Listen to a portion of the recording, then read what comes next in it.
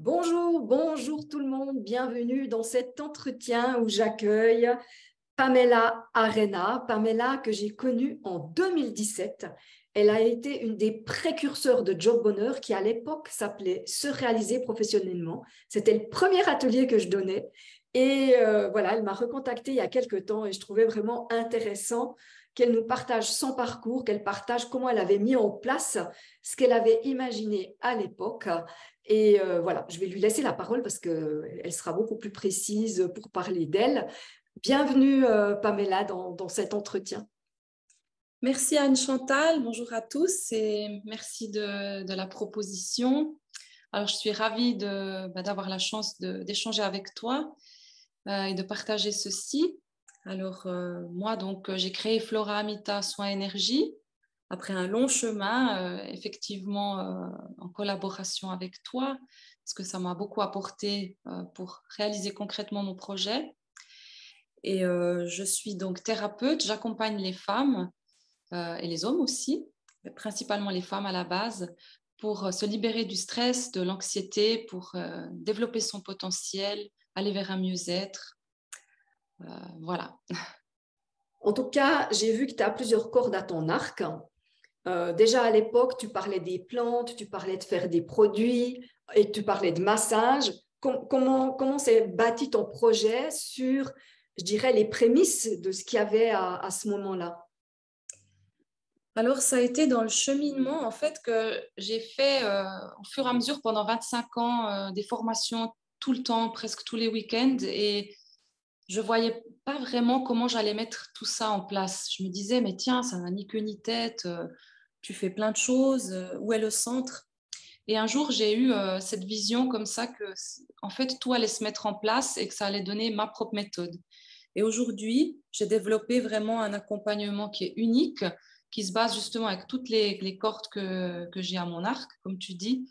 Et puis, au fur et à mesure de la pratique, ben, on découvre en fait c'est quoi sa propre couleur, ce qui fait qu'on est si unique et puis comment on peut offrir son précieux au monde. Et puis, je suis toujours en chemin de découverte, donc je prends toujours des nouveaux outils, je me remets beaucoup en question. Et voilà, donc je peux dire que j'ai créé ma méthode au fur et à mesure avec de la bouteille, hein, ça aide. Et puis voilà, donc c'est venu, je dirais, vraiment au fur et à mesure. Je trouve que c'est intéressant dans ce que tu dis parce que c'est ce que je partage souvent aux personnes que j'accompagne, c'est-à-dire que au départ, on a un projet. Comme les personnes que j'accompagne, tu avais une idée de à quoi tu voulais contribuer, dans quelle direction tu voulais aller, mais c'est vraiment en avançant sur le chemin que ça se précise, que ça devient toujours plus dans les détails, et toujours plus, ça colle toujours plus à qui on est. J'ai Oui, l'impression que c'est ce que tu disais avec tes propres mots dans la réponse que tu m'as donnée. tout Est-ce que à fait. Ouais, c'est ça, vraiment. Ça s'affine et puis ça fait que chacun est unique et que finalement, on proposera jamais la même chose et qu'on n'a pas à se sentir tellement en concurrence avec les autres parce que on va attirer les propres personnes qui résonnent avec nous, en fait. ouais. En tout cas, tu as cette confiance-là, toi, j'entends. Oh, il a fallu du temps. Ça fait quand même 25 ans, hein.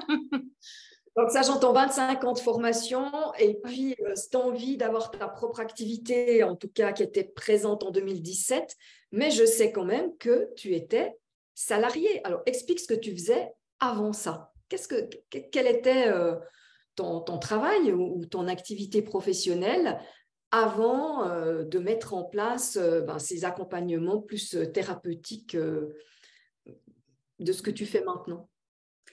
Alors, j'étais cadre dans l'horlogerie. Enfin, j'ai eu un parcours professionnel assez chaotique parce que justement, tous les 2, 3 ans, je changeais. J'étais pas heureuse, mais j'avais un grand besoin de sécurité. Et parce que j'ai élevé ma fille seule aussi. Et puis donc, il y avait, c'est peut-être aussi une excuse, hein, on peut se poser la question jusqu'à quel point c'est une excuse. Cette peur de pas subvenir, en fait, puisque j'étais pas toute seule, donc je devais quand même assurer pour un autre être dont j'avais la responsabilité. Et ça a été un gros frein pour me lancer. Donc, j'avais une belle carrière, on va dire, avec un excellent salaire. mais j'étais profondément malheureuse et puis j'avais pas du tout l'impression que ce que je faisais avait du sens. Ok. Et qu'est-ce qui t'a fait switcher en fait? Parce que comment tu as fait ce passage de je suis salarié, je suis cadre, j'ai un bon salaire, du coup je me sens en sécurité, je me sens en sécurité pour accompagner ma fille dans son autonomie quelque part, hein, eh ben oui, je deviens indépendante, je fais des soins. Comment ce passage s'est fait? Comment tu l'as négocié? Alors, au tout début, donc quand j'avais 20 ans, j'ai fait des soins comme ça gratuitement. Je ne croyais pas encore totalement en moi. Donc là, c'était encore le début. Ensuite, je dirais vers 2010, j'ai lancé mon premier cabinet. Et là, c'était aussi le début. Donc, j'avais, je faisais ça à côté de mon 100%. Donc, c'était beaucoup trop. Mais je n'avais pas encore assez de clientèle. Et puis, j'ai décidé vraiment, après la formation qu'on a fait ensemble, de consacrer en tout cas 30% de mon temps, c'est-à-dire 70% à un autre job et 30% mon activité de cœur. Et je l'ai fait. Et je l'ai fait pendant longtemps parce que ça a duré quand même jusqu'à encore cette année où j'ai négocié. Mais ce qui était le plus difficile, et c'est ça, c'est les 2 dernières années où j'étais totalement en dissonance en fait avec quand j'étais au cabinet, ben, je voyais tout le magnifique que je faisais et je me sentais, il y avait quelque chose qui n'était pas OK de faire l'autre job. Et puis, j'ai réfléchi à quelque chose qu'on avait évoqué. Et c'est clair, je le savais au fond de moi, mais il a fallu que cette décision mûrisse. Et ça a pris vraiment 2 ans, presque d'insomnie, où je me disais, mais il faut que tu changes quelque chose. C'est que si on ne laisse pas la place, en fait, pour remplir, ben, l'univers, il voit que tu es rempli à 100%, que tu travailles même encore le soir, que tu n'en peux plus. Parce que quand on a 2 jobs, on est clairement presque avec 3 jobs, il faut le savoir. Donc, j'étais juste surmenée et puis je voyais que ben, j'étais en dissonance complète avec mon autre activité. Ça collait pas, en fait. Et je peux dire vraiment que je suis allée jusqu'au point où je me suis dit, mais en fait, il y avait comme deux personnes et puis c'était plus la personne que je voulais être. Mais il a fallu que je me casse quand même bien les dents plusieurs fois encore à reprendre un job par peur. Et puis, voilà. Donc, c'était vraiment un processus où je peux dire qu'aujourd'hui, ben, je vais en sortir vraiment, c'est-à-dire l'activité sera lancée à 100% dans un mois. Donc, j'ai osé, on va dire. J'ai osé le faire. Et puis maintenant, c'est plutôt dans l'énergie de me dire, OK, bon, ben, on le fait, vas-y, on le fait. Et puis, ça va marcher. Et même si que ça pourrait pas, même si j'y crois pas, ben, c'est pas grave, on peut rebondir. Enfin, il n'y a plus cette angoisse. Alors, peut-être ma fille a grandi, il y a plusieurs facteurs, je pense, hein. J'ai aussi, euh, j'ai aussi été 15 ans seule. Maintenant, j'ai un partenaire qui croit en moi. Ça compte beaucoup aussi, d'être soutenue, encouragée. Et puis ça m'a aussi donné le déclic de dire, bon, allez, on y va. Ok. Ce que j'entends quand même, c'est que tu as un peu fait des allers-retours. Moi, je dis toujours, on négocie avec nous-mêmes. Ah, complètement, mais vraiment, ouais, mais vraiment. Et puis, tu sais, ce qui m'a frappé, c'est qu'il y a beaucoup de gens qui sont dans cette démarche qui viennent justement au cabinet, et je sais que c'est pas par hasard. C'est vraiment aussi en résonance avec ce que je vis. Et du coup, j'accompagne aussi des gens qui sont pleins dans ces questionnements, qui sont pas heureux. Et puis, je crois qu'on arrive à un moment donné où il n'y a plus de négociation parce que il vaut mieux se lancer à l'eau qu'un jour avoir des regrets, je crois. C'est pas une question d'être sûr de soi ou c'est vraiment, je pense, en tout cas pour moi, c'était cette peur primordiale, primaire, fondamentale de la sécurité en fait. Ouais. Voilà, ouais. Alors, au vu de ton expérience, parce que ça a pris du temps, hein, puisqu'il y a eu, et ce que j'entends quand même, c'est ce qui t'a fait passer le pas, c'est cette tension, cette dissonance qu'il y avait entre, je dirais, entre le plaisir que tu pouvais avoir dans ton cabinet et le déplaisir là, dans ton travail de salarié. Et en même temps aussi, j'entends une dissonance en ce que tu préconisais là où tu avais envie d'amener les gens et que quelque part, tu n'arrivais pas à t'amener à toi-même complètement. Ouais, c'est comme si en fait, je me disais, bon, t'es thérapeute ou tu l'es pas? Parce que pourquoi t'as un autre job en fait? Enfin, dans ma tête, ça se disait ça au bout d'un moment. Je disais, mais qu'est-ce que tu fais? Enfin, vraiment, c'était une dissonance vraiment. vraiment forte. Puis je pense que c'est un peu comme tout, il faut aller jusqu'au bout de ça, quoi. Parce que le jour où on prend vraiment la décision, on sait maintenant on y va. Voilà. Et puis c'est vraiment cette histoire de donner toute la place pour que ça puisse se remplir de tout ce qu'on aimerait faire. Et d'ailleurs, au moment où j'ai pris cette décision, maintenant j'ai plein de gens qui demandent pour venir justement dans des moments où ils ne pouvaient pas. Et j'ai déjà fixé les premiers rendez-vous pour quand c'est ouvert à 100%. Donc ça, j'avais jamais eu. Donc je vois que l'univers répond déjà en fait. Je trouve génial ce que tu expliques là. Et j'aimerais que les gens qui nous écoutent aient bien entendu. C'est qu'il y a un moment donné où, à vouloir concilier deux choses, ce besoin de sécurité qu'on projette sur l'argent et sur le fait d'avoir de l'argent qui tombe de manière fixe chaque mois, et l'épanouissement quelque part, avec cette sensation que c'est l'un ou c'est l'autre, et comme s'il y avait l'incapacité pendant quelque temps de se dire ça peut être du et, ça peut être les deux.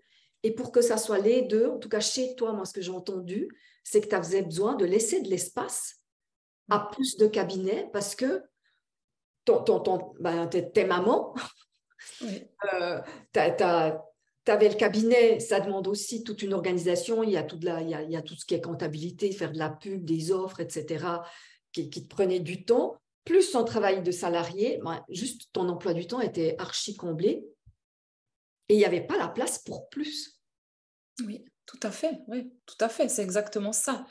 Et c'est clair que justement sur ce chemin, Christian et toi, vous avez été aussi clés parce que justement, tout ce travail qu'on a fait aussi pour aller chercher l'essence, pour vraiment voir c'est quoi mon précieux que je peux offrir aux autres, et qui est finalement une question fondamentale que je pense chaque être, il va se poser un jour dans sa vie. Et puis, voilà, c'est un cheminement par rapport à cette essence. Et puis, comment on peut vraiment offrir, ouais, être dans le bonheur d'offrir son précieux, quoi. Puis ça, c'est vraiment le mot-clé, le mantra pour moi dans ma vie. Et je le savais, mais c'est vrai, c'est aussi chouette de faire tout ce chemin. Je veux dire, ça prend le temps que ça prend pour chacun, hein. Je pense qu'il y a des personnes, ça va plus vite, d'autres, voilà. Moi, j'ai eu la chance quand même de me sentir maintenant épaulée aussi. Donc, je prends ça comme un cadeau parce que j'ai beaucoup prié pour que ça puisse arriver.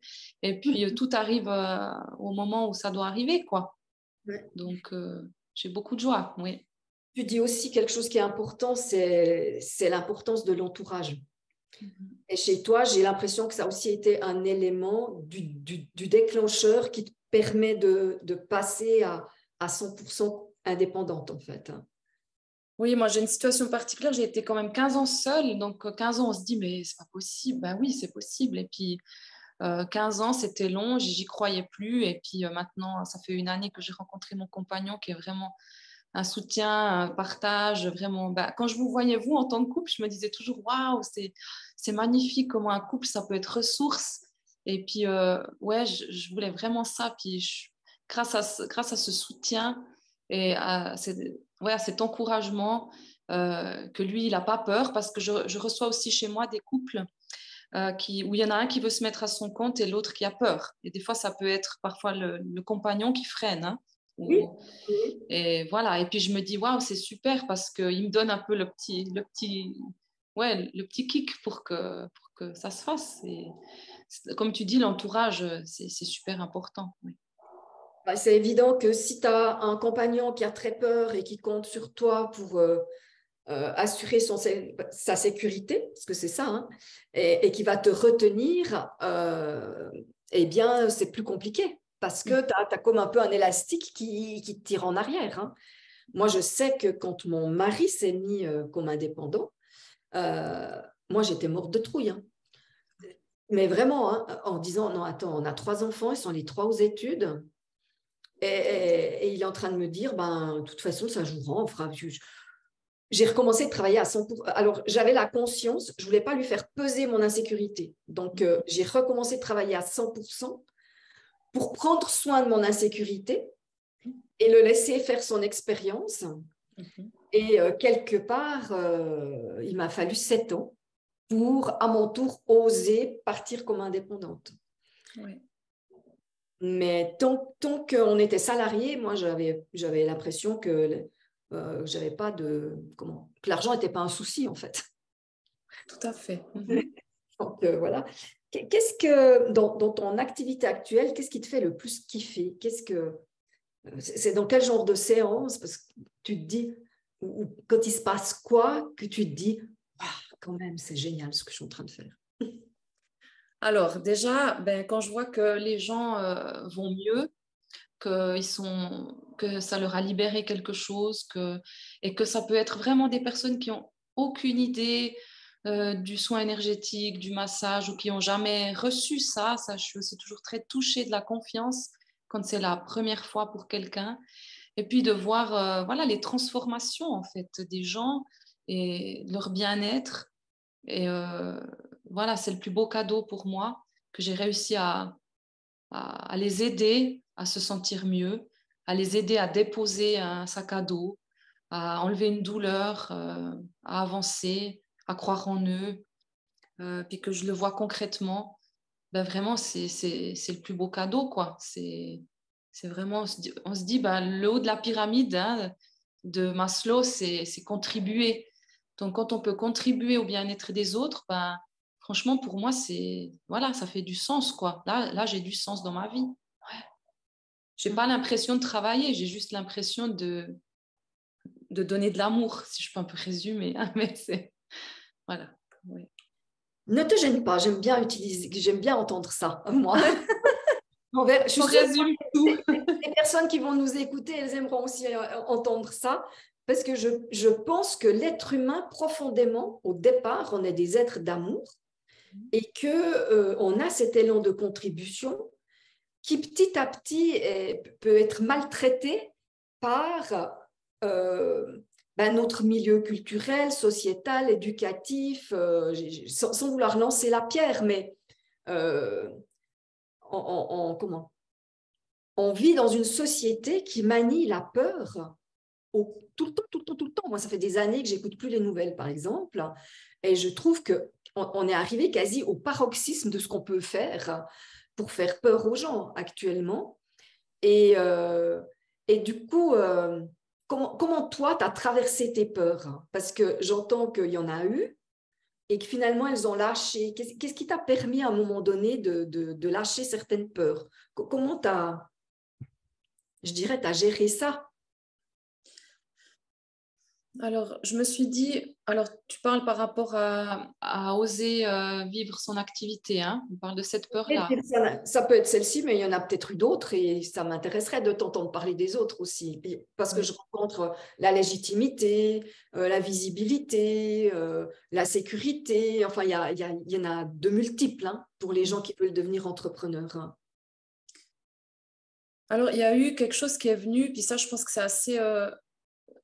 Peut-être que ça arrive à chacun, je ne sais pas, mais à un moment donné, je me suis dit, bon, si tu ne le fais pas, je ne pourrais pas mourir en paix, en fait, quoi. Il y a eu quelque chose comme ça qui est venu. Je me suis dit, alors en fait, j'ai pas le choix finalement. Tu vois comment? J'ai pas le choix que je vais le faire, en fait.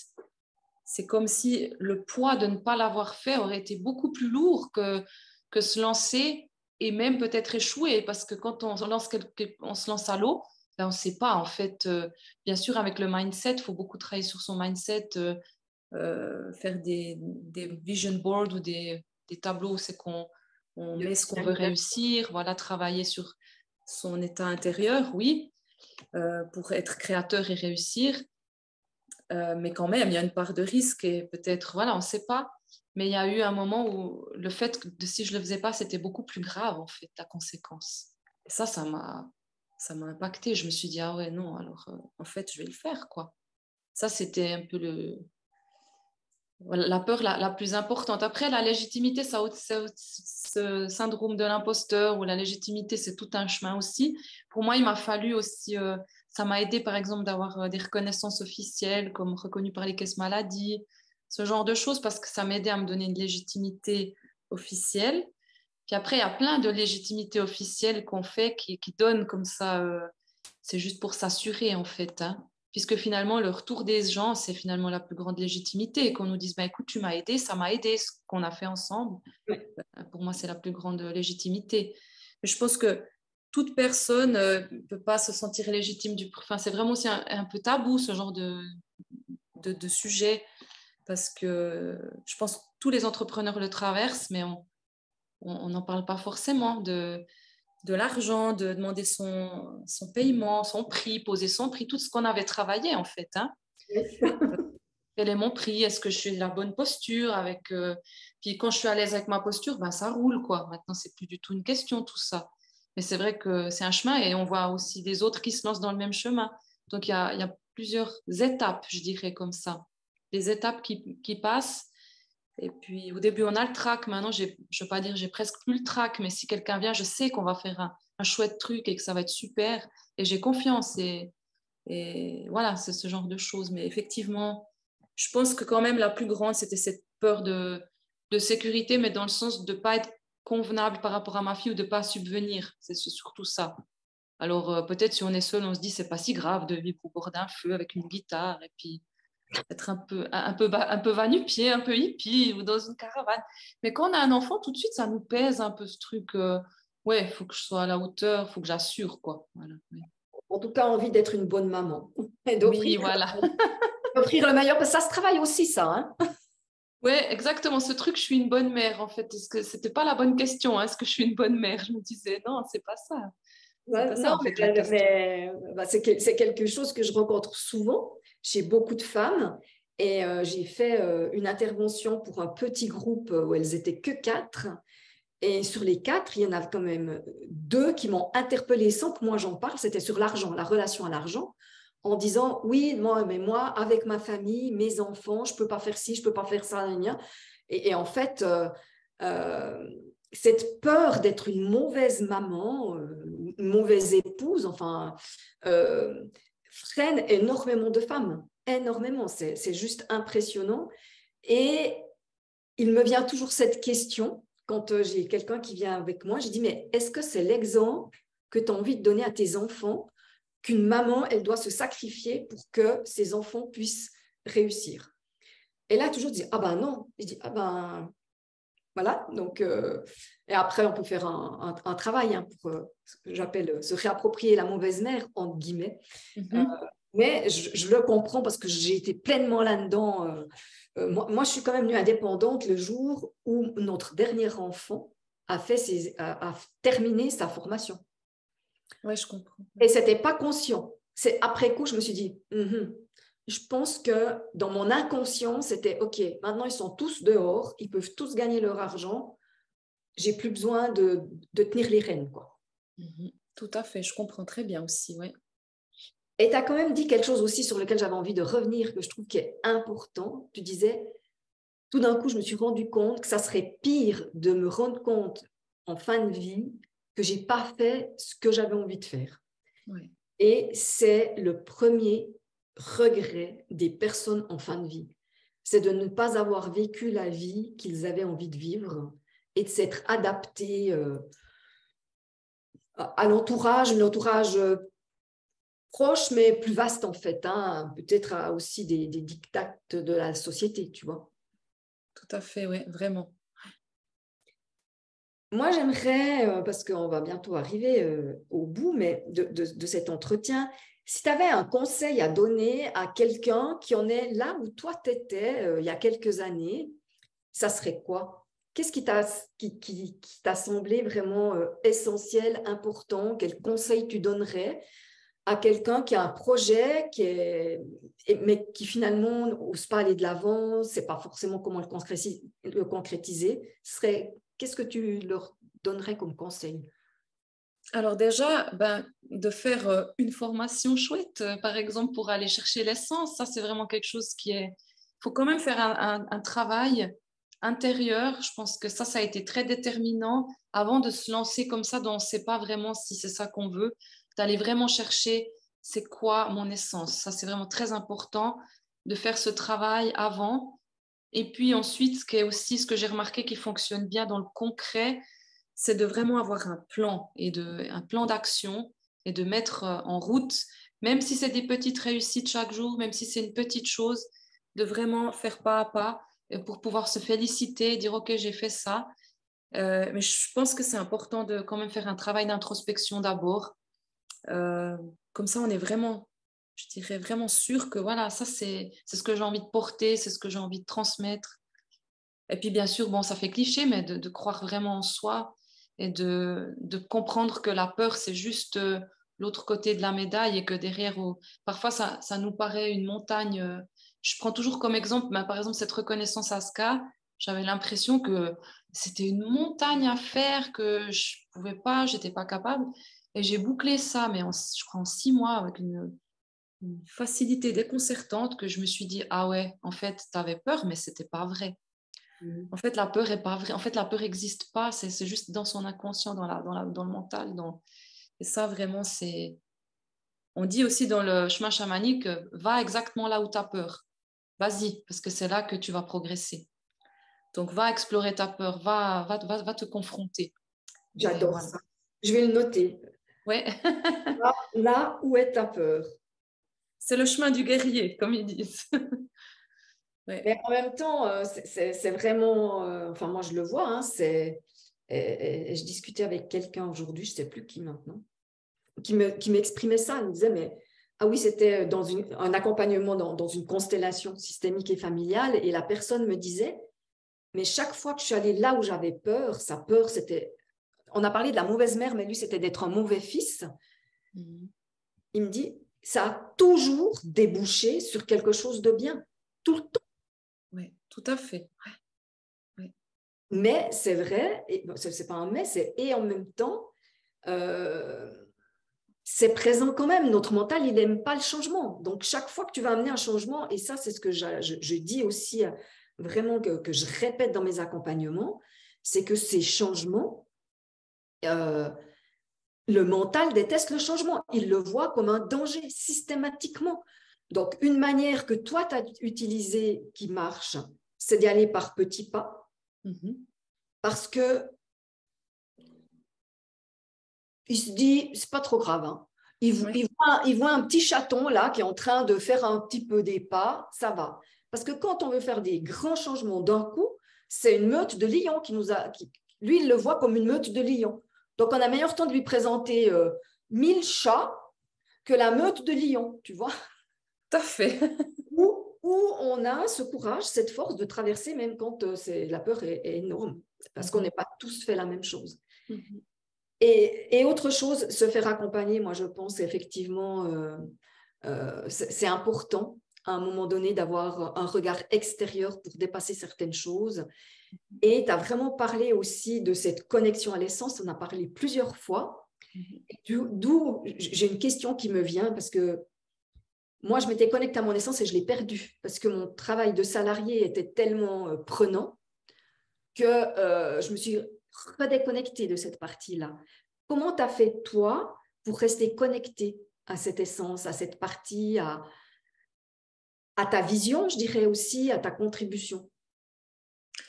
Alors, on avait fait avec toi justement ce PowerPoint où on mettait l'essence et puis aussi quel était mon message. Hein. Ce Mhm. message, pour finalement après, c'est le message qu'on donne à l'univers. Alors moi, je l'ai toujours gardé. Il était toujours sur mon ordi, sur le desktop, enfin sur le bureau. Et puis, comme moi, c'était un message de me connecter en fait pour savoir les informations, ramener les informations du monde d'en haut, si je peux dire et de les ramener au conscient. Comme dans mes soins, ben, j'ai la chance d'être dans le silence. Donc ça aussi, c'est un grand cadeau parce que je ne parle pas pendant 1 heure et demie. Donc ben, je me connecte et puis là, je reçois beaucoup d'informations sur tout ce que je dois faire. C'est quoi les prochaines étapes? C'est quoi les prochains soins? Comment faire? Et du coup, ben, je veux vraiment dire que ça a été le point de départ pour que je puisse justement, comme on disait avant, affiner tout ce travail et puis découvrir tout ce que je peux offrir en fait. Et c'est pas fini, c'est comme si c'est jamais fini. Et donc, je me suis pas déconnectée, mais par contre, des fois, bien sûr, j'ai eu des phases de doute, des petits moments où on peut se dire ça tous, oh ben ça sert à rien ce que je fais ou c'est nul. Puis en fait, c'est après les autres qui disent mais pas du tout, mais c'est super ce que tu fais, mais il y a quand même des phases de doute, hein, c'est pas voilà. Mais c'est vrai que j'avais la chance que ben c'était quelque chose d'assez canalisé quoi, la chance. Alors dans le sens que j'ai pas pu le perdre. Mais ça m'a demandé des transformations, hein. J'ai dû transformer pas mal de choses. J'ai dû quitter certaines choses. J'ai dû aussi réduire beaucoup les activités. J'ai dû un peu pas travailler sur pas trop me disperser. Voilà, mais c'est des choses qu'on avait travaillé ensemble d'ailleurs, hein. Pas partir dans tous les sens, pas trop se disperser. Donc voilà.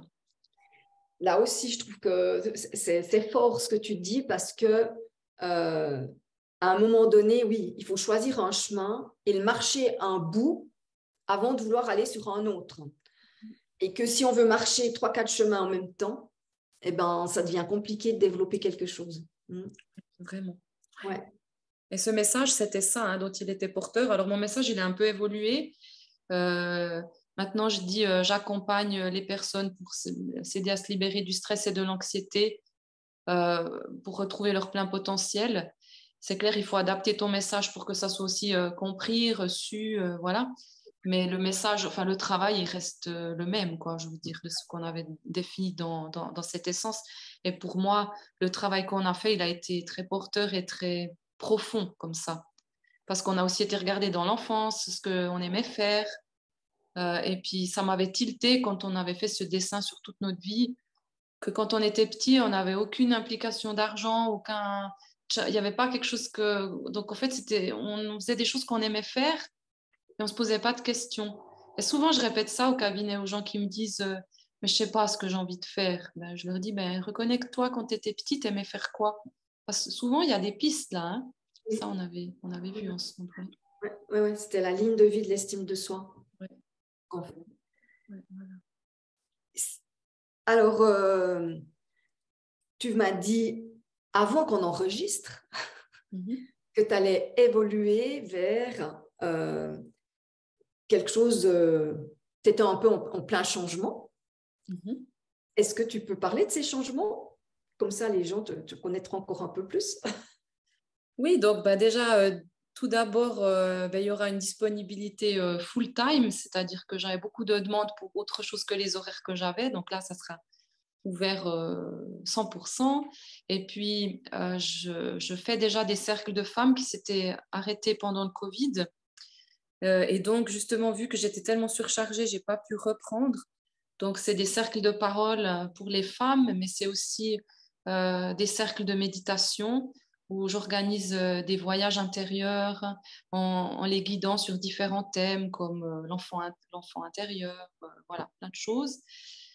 Ensuite, je vais donner des formations pour l'aromathérapie familiale. Donc, ça, c'est aussi à mettre en place pour faire découvrir les huiles essentielles pour l'usage de la famille. Et puis, comme j'ai 15 ans de formation chamanique, j'aimerais transmettre aussi le voyage au tambour, donc faire découvrir ça. Donc, il y aura plein d'ateliers qui vont naître comme des petits bébés, quoi. Aussi créer des ceintures de protection, voilà, plein de choses qui viennent justement tout le temps, puis qui n'avaient pas la place pour faire. Alors, je reçois beaucoup d'informations, puis maintenant, il faut que ça soit mis sur pied. Donc, voilà, puis ça me rend vraiment super heureuse parce que c'est ce que j'ai envie de faire, en fait. Voilà.